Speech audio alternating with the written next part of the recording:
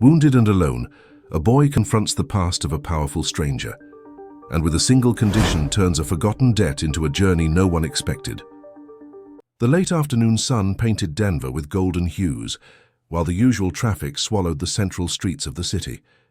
Between impatient honking and seemingly endless traffic lights, a black SUV cut through the avenues with the precision of someone who knew every shortcut, every exact moment to move forward. Edward Morgan adjusted his tie knot and checked the watch on his wrist. 42 years old, graying hair at the temples, tailored suits, and a reputation that opened doors before he even needed to knock. He was known in business circles as a man of his word, when it suited him, and with a firm hand when business required it.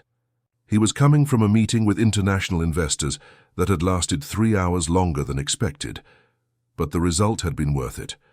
15 million more for the new commercial complex project. "Mr. Morgan," the driver's voice sounded, through the internal intercom. "Are you sure you want me to stop at the light? Traffic is heavy and you have dinner at 8. Edward looked through the tinted window, observing the movement on the street. This was how he liked to live. Always. One step ahead, always in control. Every minute of his day was calculated, every decision weighed in terms of pros and cons. "Stop, Carl, I need to make a call." The SUV stopped at the traffic light at Broadway Avenue and Pine Street. Edward took out his cell phone, preparing to confirm the dinner details, when something on the sidewalk caught his attention. A boy of apparently 11 years was walking slowly toward the car. Old wooden crutches supported his frail body, and yellowed bandages wrapped his arms and ribs. But it wasn't the boy's physical condition that disturbed Edward. It was the look, firm, direct, as if he knew exactly what he was doing. As if he were looking for someone specific. "Strange," he murmured to himself, looking away.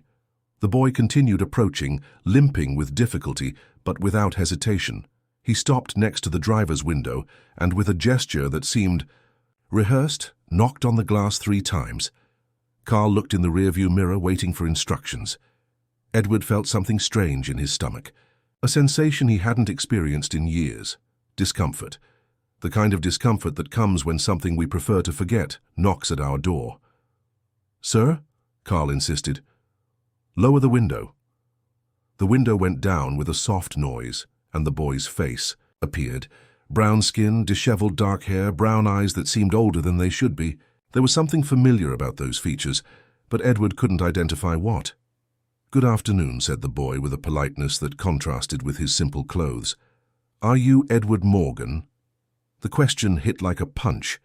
Edward exchanged a quick look with Carl through the rearview mirror, then leaned forward to get a better look at the boy. "Depends on who's asking." "My name is Caleb. Caleb Sanders." The boy took a deep breath as if he needed courage to continue. "I need to talk to you. It's very important." "Listen, kid, I don't know who you think I am, but—" "I know exactly who you are," Caleb interrupted, him with a firmness that made Edward fall silent. "And you also know who I am." A chill ran down Edward's spine. Confused memories began to stir in his mind, like sediment at the bottom of a river when someone disturbs the water. A rainy night, an argument, a push, a fall. "I don't know what you're talking about." 3 weeks ago, Maple Avenue near Liberty Square. It was almost midnight, and it was raining. The boy's voice remained calm, but his eyes shone with a disturbing intensity. "You were upset talking on the phone. I was coming back from the pharmacy with medicine for my mother." Edward's stomach contracted. The memory came back with full force. The threatening call about the contract with the construction company, the rain that made him even more irritated, the boy who appeared out of nowhere on the narrow sidewalk. The push, the sound of the body, hitting the newsstand, the moans of pain. "You—" "Yes, sir, it's me." Caleb adjusted his crutches, the effort visible on his pale face. "I spent 2 weeks in the hospital. Broken arm, 3 fractured ribs, cuts all over my body." Edward swallowed hard. The traffic light changed to green and the cars behind began to honk impatiently. "Sir, we need to leave," Carl murmured. "I didn't come here to cause problems," Caleb continued, ignoring the honking. "I came because I need your help." And because I know you're not a bad person. How can you know that after what? Because you stopped the car when you saw me. The boy smiled for the first time, a sad but genuine smile. A truly bad person would have accelerated and kept going. Edward remained silent, torn between the guilt that was eating away at him and the need to keep his routine under control. The honking intensified. What do you want? My mother disappeared 5 days ago. The police say she might have run away, but I know she would never leave me. Something happened to her. Caleb's voice trembled for the first time. I know you have resources. Contacts. I need you to help me find her. And if I refuse? Caleb held his crutches firmly and took a step back. Then I'll leave and never bother you again. But I know you won't refuse, because deep down, you want to do the right thing. Edward looked at that broken but determined boy and felt something he hadn't felt in decades, the urgent need to repair a mistake. Not out of fear, but out of something much deeper and more uncomfortable. If this story interested you, don't forget to subscribe to our channel and hit like. Tell us what city you're watching from. We continue. Edward remained silent for long seconds, while the honking behind his car became increasingly insistent. Caleb's gaze didn't waver from his, as if the boy could see through all the layers of cynicism and hardness that he had built over the years. Carl, pull over up there, he finally said, pointing to a spot near a bakery. Sir, dinner with the Japanese. Cancel the dinner. Say I had a family emergency. The driver obeyed, clearly confused. Edward never cancelled business appointments. As the car maneuvered, he observed Caleb walking slowly along the sidewalk, leaning heavily on his crutches. Each step seemed painful, but the boy showed no sign of giving up. When the SUV stopped, Edward got out and approached the boy. Up close he could better see the bruises that had not yet fully healed, the paleness of the skin, the simple but clean clothes that someone had carefully tended to. Your mother. What's her name? Claire. Claire Sanders. She's 32. Shoulder-length brown hair, a small mark on her forehead. Caleb spoke as if he had memorized this information. She works at a coffee shop in the Highland neighborhood during the day and was cleaning offices at night to be able to pay for the medicine. Edward noticed how the boy said was in the past tense, as if he already knew something terrible had happened. When was the last time you saw her? Last Monday morning. She made me milk with coffee and said she was going to work a double shift because the coffee shop owner's son was traveling. Caleb's eyes shone with contained tears. She kissed me on the forehead and said she would be back late, but that she would bring that sweet bread I like from the bakery near her work. Edward felt a tightness in his chest. There was something about the way the boy described that ordinary morning that made the disappearance even more disturbing. And you went to the police? I did. But they said adults have the right to disappear if they want to, that she might have found a boyfriend or got tired of being a single mother. Caleb's voice hardened. They don't know my mother. She would never leave me alone. Never. Edward. They looked around. The movement on the street continued as normal, people passing by in a hurry, unable to imagine that there, on that sidewalk, 2 lives were being redefined. Why do you think I'll help you? After what I did. Because when you pushed me, you stopped. Caleb adjusted himself better on his crutches. For a second before you left, you stopped and looked back. I saw it in the reflection of the store window. Truly bad people don't do that. Edward vaguely remembered that moment. The instantaneous guilt, the impulse to go back, the cowardice that made him quicken his pace and disappear into the rainy night. Besides, Caleb continued, you have resources that I don't have. You know people, you have influence. You can ask questions in places where they wouldn't let me in. The logic was simple and devastatingly correct. Edward sighed, feeling the weight of a decision that would change everything. All right, I'll help you, but we have to do this right. You're going to tell me everything you know, all the details, no matter how small they seem. Caleb's face lit up for the first time since they started talking. Really? You're really going to help me? I will, but with one condition. You're going to let me take care of your injuries too, see real doctors, get tests, take the right medicines. I don't have money for... Who said anything about money? Edward interrupted, surprising himself with the firmness of the offer. Consider it part of the reparation. Caleb was silent for a moment, as if he needed to process that someone was really willing to help him. All right, I accept. Edward waved to Carl, who got out of the car. Carl, this is Caleb. He'll be accompanying us for the next few days. I want you to treat him with the same respect you treat me. The driver, a middle-aged man who had worked for Edward for more than 10 years, simply nodded, although his eyes showed curiosity. Now, said Edward, turning to Caleb, let's start at the beginning. Where did your mother work exactly? Aroma and Flavor Coffee Shop on Pennsylvania Street. Vera is the owner, but she already told me she doesn't know anything. We'll talk to her anyway, and then we'll go to the places your mother frequented, people she talked to. We'll retrace her last days step by step. As he helped Caleb into the SUV, Edward wondered what exactly he was doing.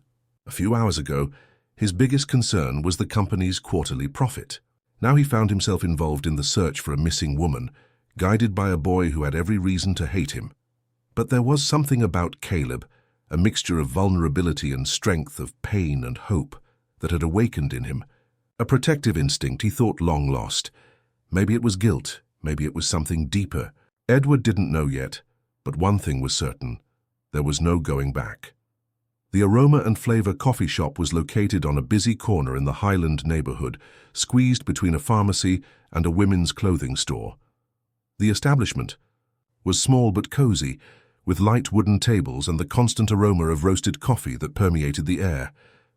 Edward pushed the glass door, followed by Caleb, who was still leaning heavily on his crutches. Some heads turned to observe the unlikely duo, the elegant businessman in his designer suit and the injured boy in simple clothes. "Can I help you?" A woman of approximately 50 approached, drying her hands on a floral apron. It was Vera, the owner, her eyes immediately fixed on Caleb with an expression of concern. "My God, boy, how are you?" "Hi, Mrs. Vera, I'm better." Caleb tried to smile. "This is Mr. Edward. He's going to help me find my mother." Vera looked Edward up and down, clearly intrigued by the presence of someone so different from the world she knew. "Mr. Morgan, Edward Morgan." He extended his hand, which was shaken with some hesitation. "I need to ask some questions about Claire Sanders. I know it must be difficult, but any information can be important. I've already told everything to the police and to Caleb. I don't know anything more than what I've already said." "Even so, could you repeat it? Sometimes details that seem insignificant can make a difference." Vera sighed and invited them to sit at a table in the back. She served coffee to Edward and a glass of orange juice for Caleb. "Claire has worked here for 2 years. She's a good employee, responsible, caring with the customers." She spoke, observing Caleb's reactions. "Last Monday she came to work normally, said she needed the extra shift because the boy's medicines were expensive." Edward noticed how Caleb lowered his eyes, clearly blaming himself for his mother's financial difficulties. Did she seem different that day? Worried about something? "Now that you ask," she was a bit nervous, yes. She kept looking out the window several times, as if she was waiting for someone, or afraid that someone might appear. "Do you have any idea who it might be?" "I have no idea. Claire is very reserved about her personal life. I know that she and Caleb live alone, that she works 2 jobs to support them both. But about relationships, problems, she never talked about that." Edward took a sip of coffee, thoughtful. There was something in Vera's description that suggested Claire was running from someone or something. "What time did she leave here on Monday?" "Around 6 in the evening.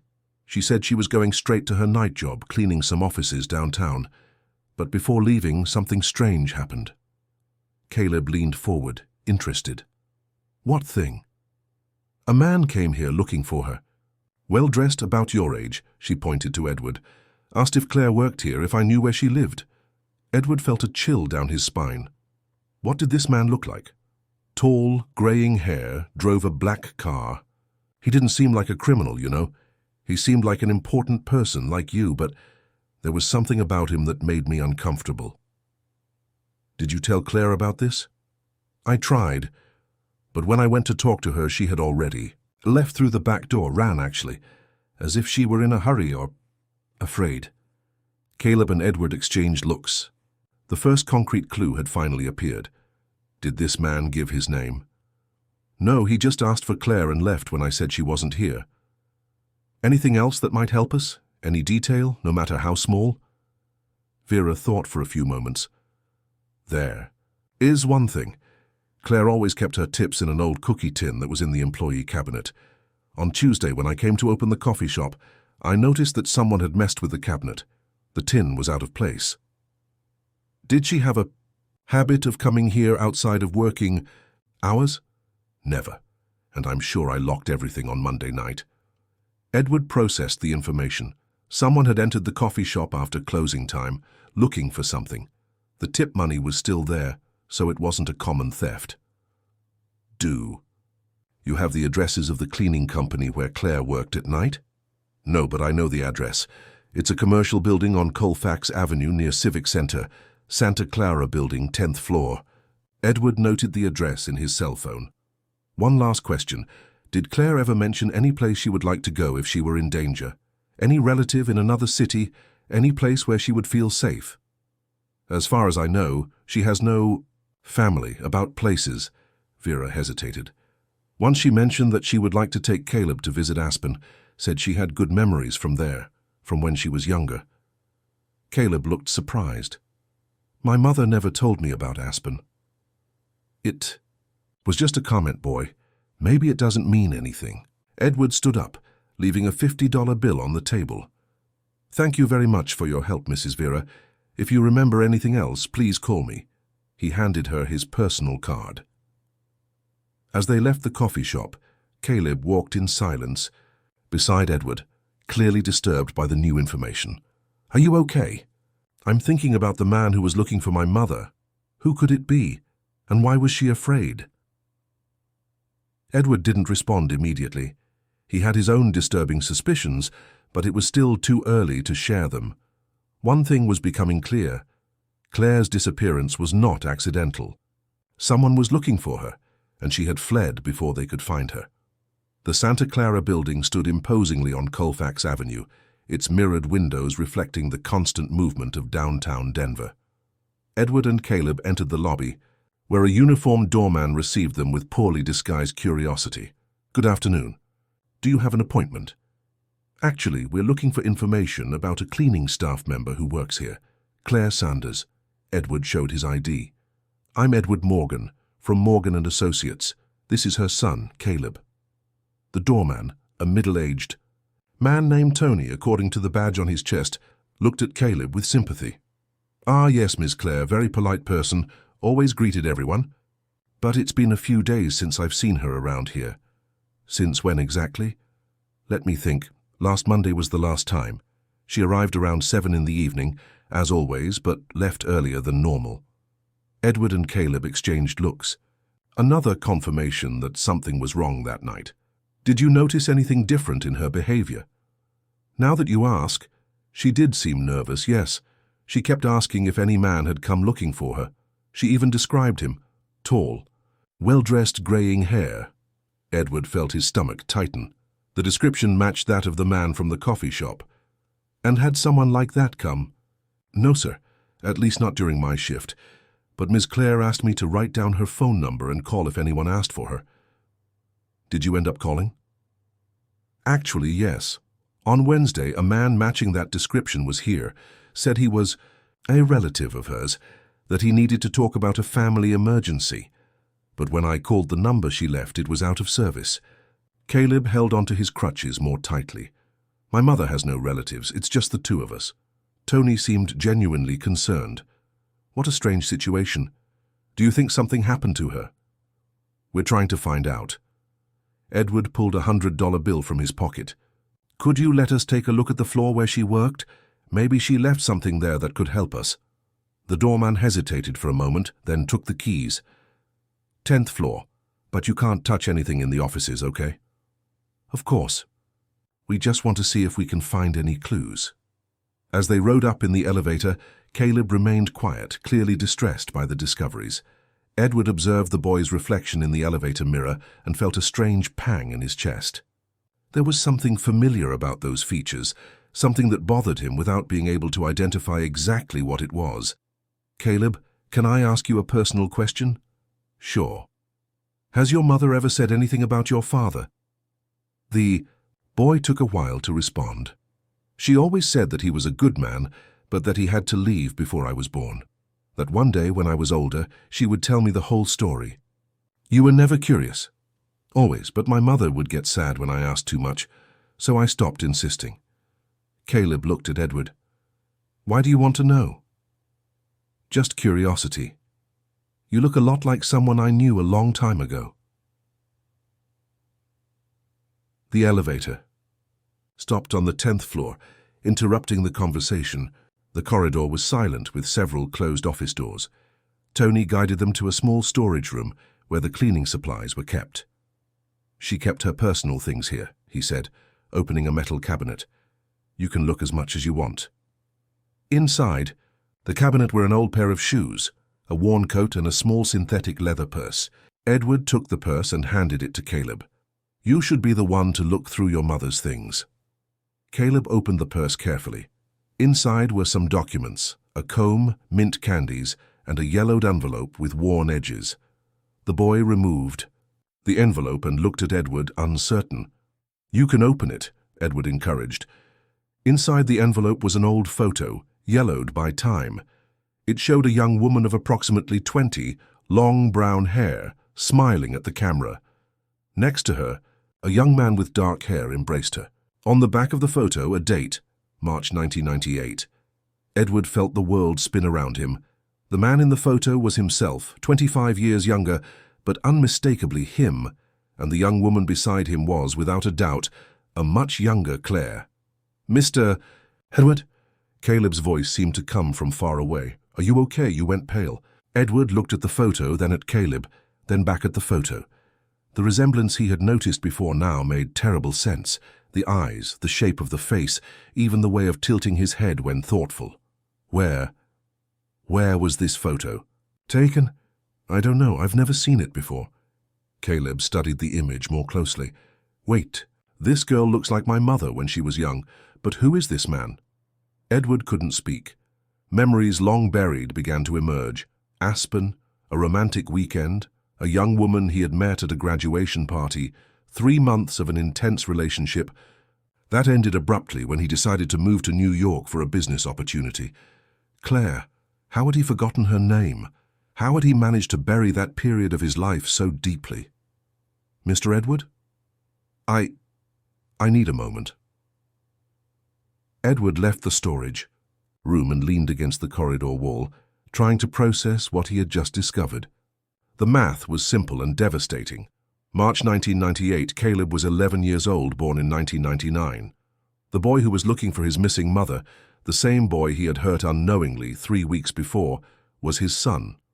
And now he understood why someone was looking for Claire, someone who, like him, had discovered Caleb's existence and wanted answers about the past. If this story interested you, don't forget to subscribe to our channel and hit like. Tell us what city you're watching from. We continue. Edward remained standing in the corridor for several minutes, trying to organize his thoughts. The photo in his hands trembled slightly, reflecting the turmoil of emotions that dominated him. 11 years. Caleb was 11 years old, and he had spent all this time without knowing he had a son. "Mr. Edward," Caleb's worried voice brought him back to reality. The boy had left the storage room and was observing him with curiosity mixed with concern. "Do you know that person in the photo?" Edward put the photo in the inside pocket of his jacket, trying to maintain his composure. "I do. It's a long story." He forced himself to smile. "Let's continue looking for clues about your mother." But Caleb wasn't easily fooled. "You got strange after seeing the photo. Is there something I should know?" "Caleb, Edward stopped, looking into the boy's brown eyes, the same eyes he saw in the mirror every day. "We'll talk about this later. Now the important thing is to find Claire." They returned to the storage room where Tony was waiting patiently. Edward examined the rest of Claire's belongings with new urgency. Each object now had a different meaning.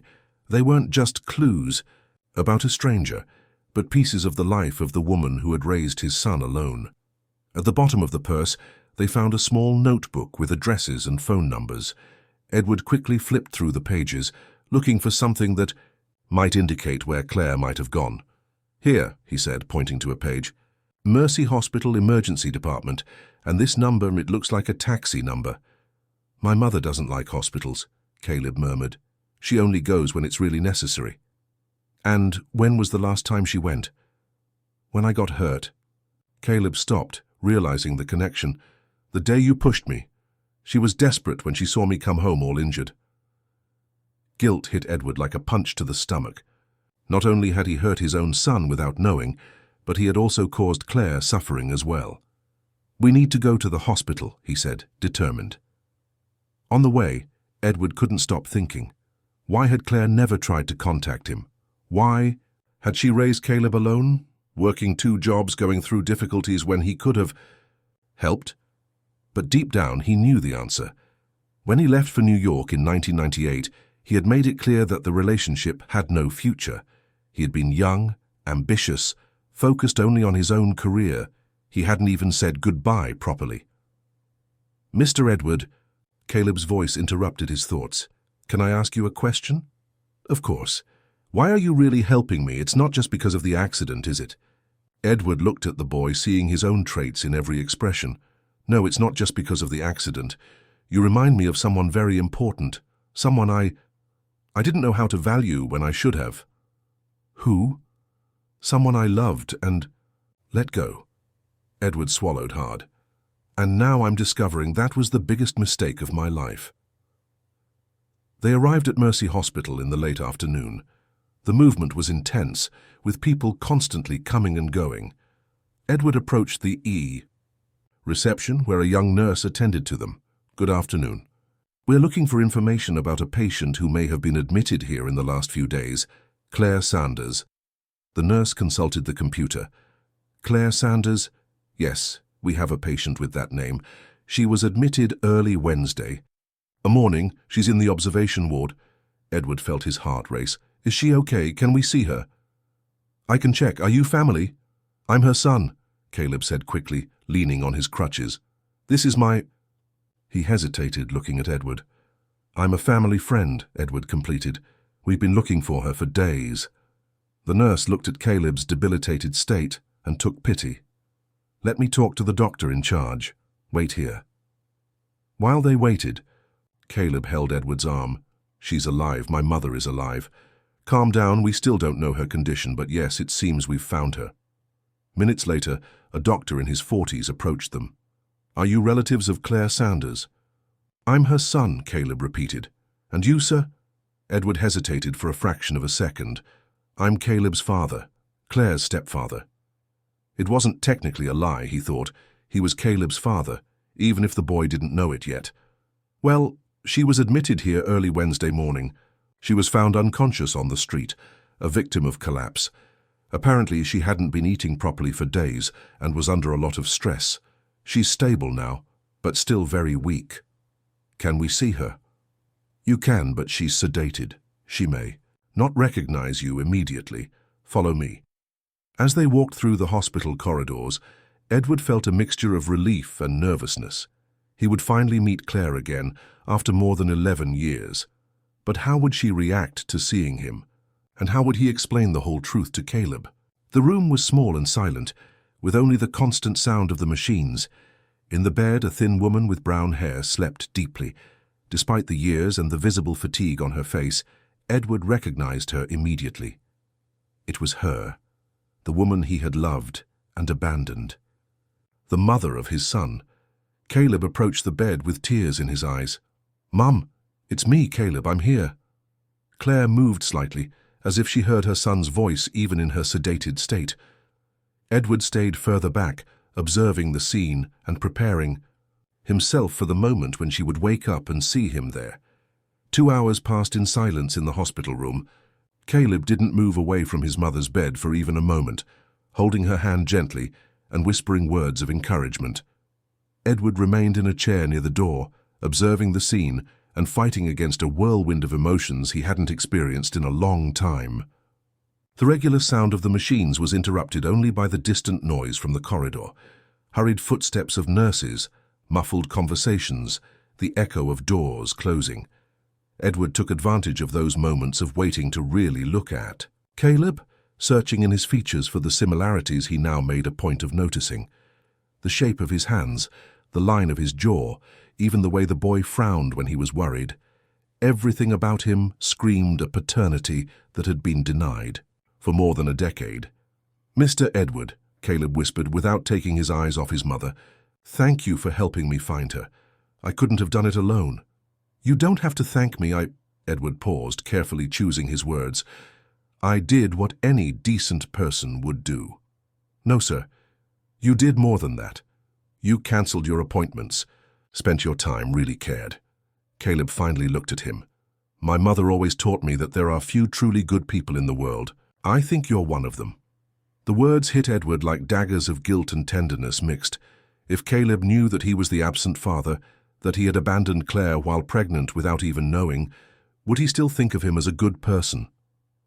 Around 8 in the evening, Claire began to move more frequently. Her eyelids fluttered a few times before slowly opening. The first face she saw was Caleb's, leaning over her with an expression of relief and concern. "Caleb!" Her voice came out hoarse and weak. "My son, are you okay?" "I am, Mom. I'm okay now." Tears streamed down the boy's face. "I thought I had lost you." Claire tried to sit up, but weakness prevented her. Her eyes wandered around the room, trying to understand where she was, until they fell upon Edward. The reaction was instantaneous. Her eyes widened. An expression of pure shock took over her face, and she tried to back away, pressing her back against the headboard. "Edward?" The word came out as an almost inaudible whisper. Edward slowly rose from the chair, his hands trembling slightly. "Hi, Claire. It's been a while."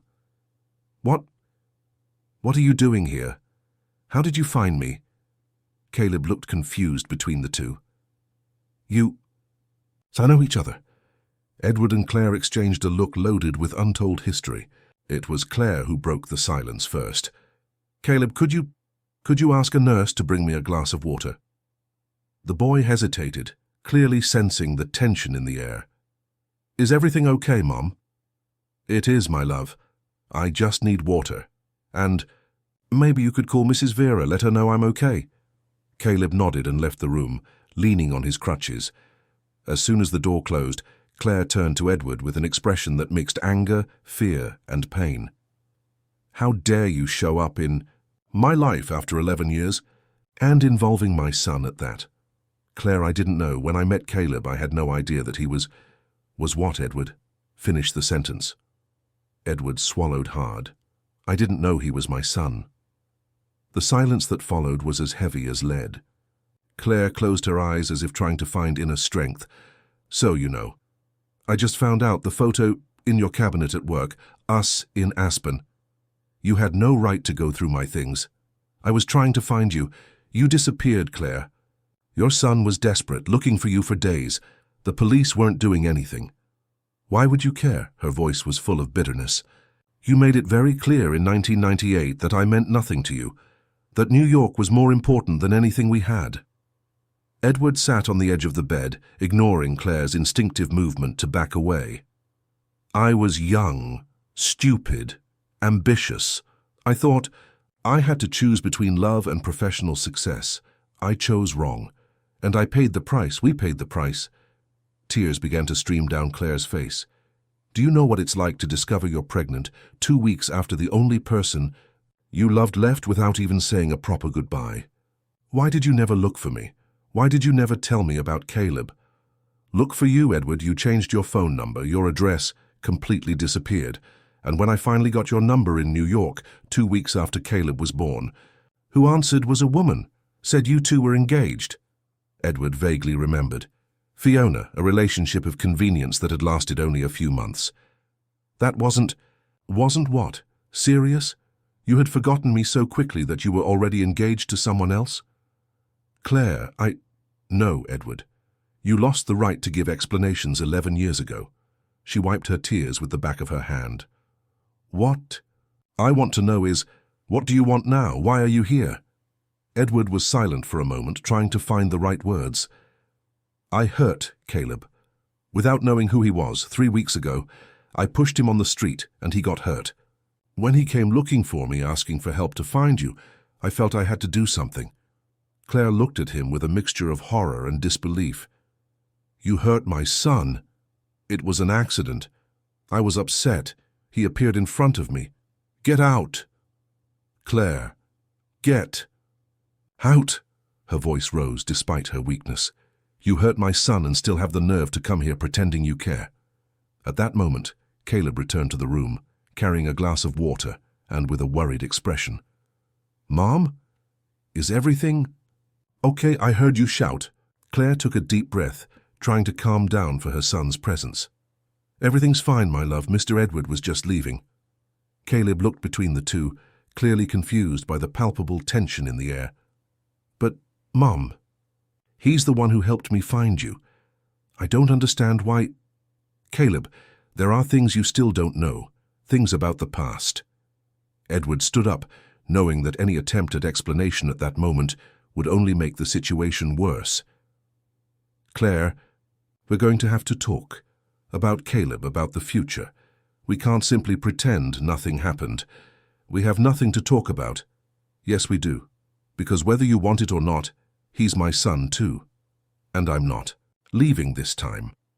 Edward left the room, leaving mother and son alone, but with the certainty that his life had changed forever. No matter how much Claire hated him, no matter how much he had erred in the past, Caleb was his son, and he would do anything to make up for the lost years. Edward spent the night awake in the hotel, looking through the window of the room at the lights of Denver that twinkled like earthly stars. The conversation with Claire echoed in his mind, each word a sharp blade cutting any illusion he might have about easy redemption. She was right to hate him. He had left without explanations, built a new life while she raised their son alone, fighting against difficulties he couldn't even imagine. But now he knew. And that changed everything. The next morning he returned to the hospital, determined to face any hostility. He found Caleb alone in the room, sitting in a chair next to the empty bed. Where's your mother? Getting tests. The doctors want to make sure she can be discharged today. Caleb looked at him with a serious expression, more mature than his 11 years suggested. Mr. Edward, can I ask you a question? Of course. What happened between you and my mother last night? After you left, she cried a lot, and when I asked, she said they were things from the past. Edward sat in the chair next to the boy, carefully choosing his words. Caleb, your mother and we met a long time ago, before you were born. Were you dating?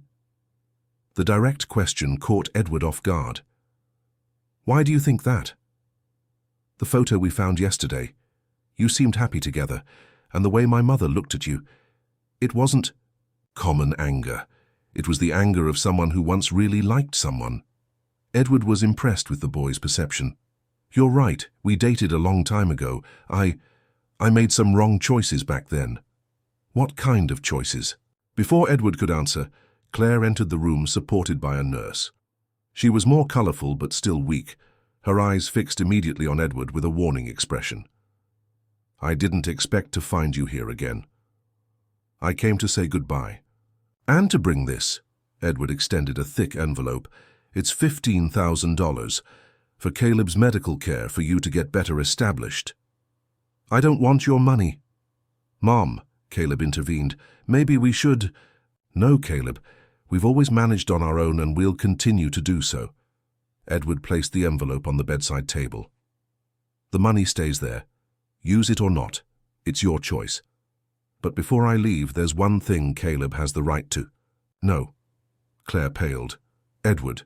No, not like this. No what? Caleb looked between the two, anxiety growing in his voice. Edward took a deep breath. The moment of truth had arrived, as painful as it might be.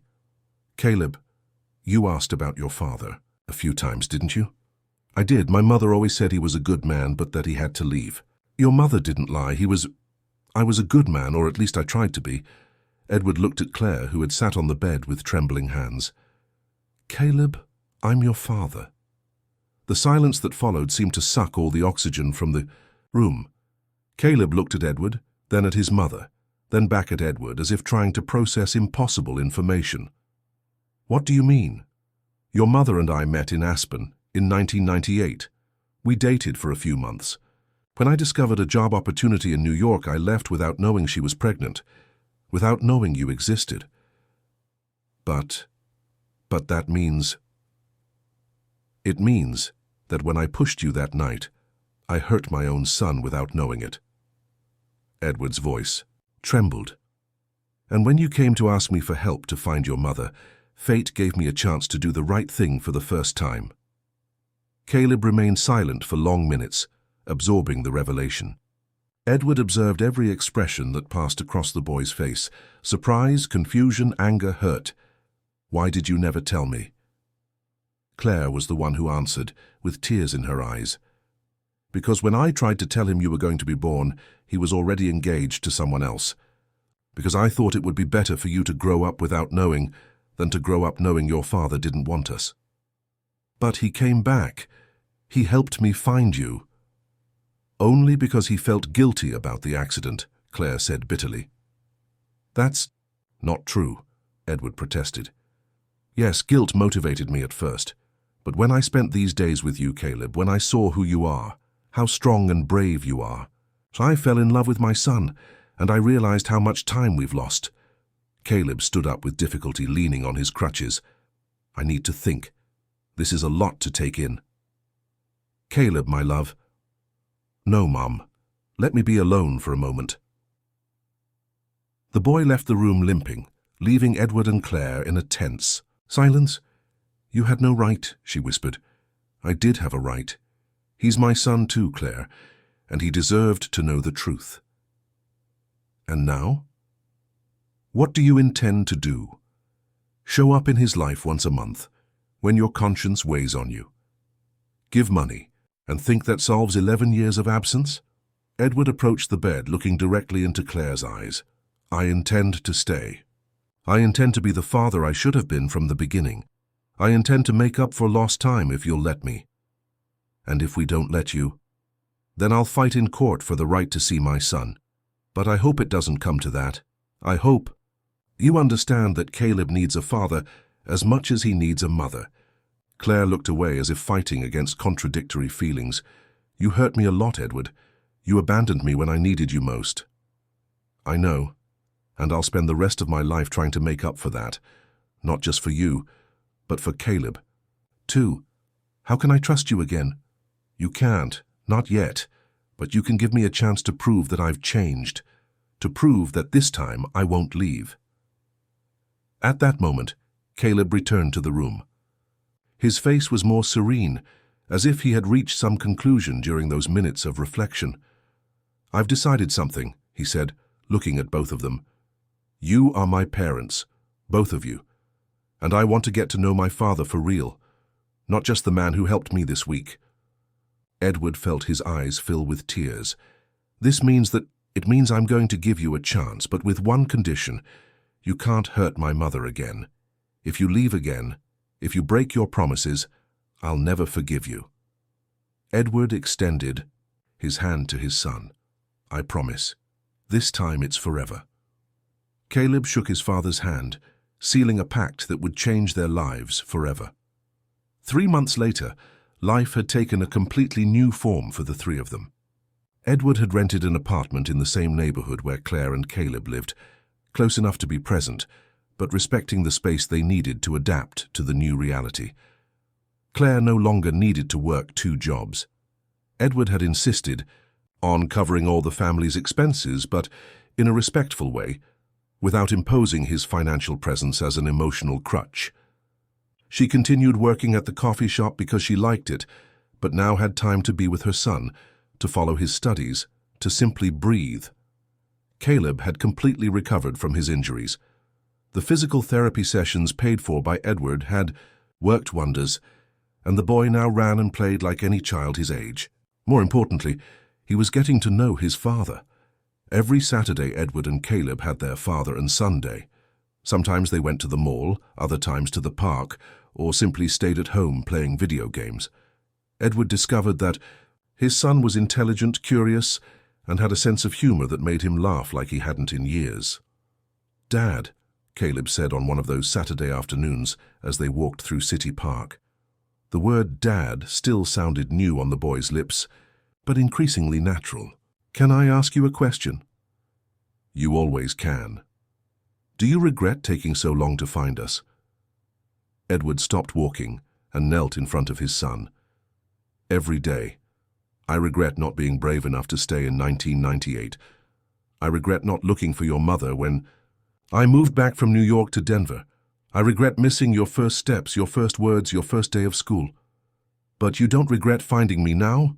Never finding you was the best thing that happened in my life, even if it was in the worst possible way. And my mom? Are you going to date again?" The question caught Edward off guard. It was something he thought about constantly but had never openly discussed with Caleb.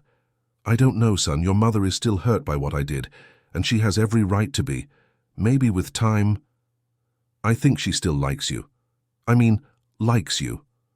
"Why do you think that?" "Because she looks at old photos when she thinks I'm not watching. And when you come to visit us, she always fixes her hair before opening the door." Edward smiled, feeling a pang of hope in his chest. That night, Edward was having dinner with Claire and Caleb in their small apartment. It had become a ritual on Tuesdays and Thursdays, family dinners that helped build a new dynamic among the three. "Claire," said Edward after Caleb went to do his homework in the bedroom, "can I tell you something?" "Of course." "I know you. Still haven't completely forgiven me, and I understand. Maybe you never will, but I want you to know that these 3 months have been the most important of my life." Claire looked at him in silence, allowing him to continue. "Seeing Caleb grow, even if just these last few months, made me understand what really matters. It's not business, it's not money, it's not professional success. It's this, it's being present, it's being a father, it's having a family. Edward, I'm not asking you to forgive me, I'm not asking to go back to what we were. I'm just saying that if one day you want to try again, I'll be here. I won't leave again."